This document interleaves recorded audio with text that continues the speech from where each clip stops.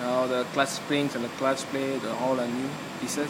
All are in by this greatest technician, Harish. Just cleaning up the cover. So this is how inside would look like.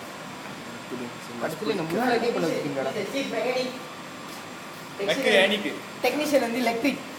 So before they have to clean properly. See some oil dripping. Yeah, it's normal. Look out. This is how you have to do. Take out, place on the clutch before putting on the clutch.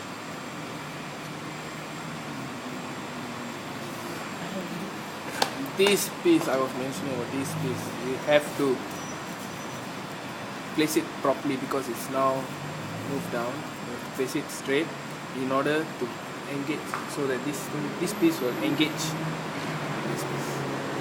So see properly.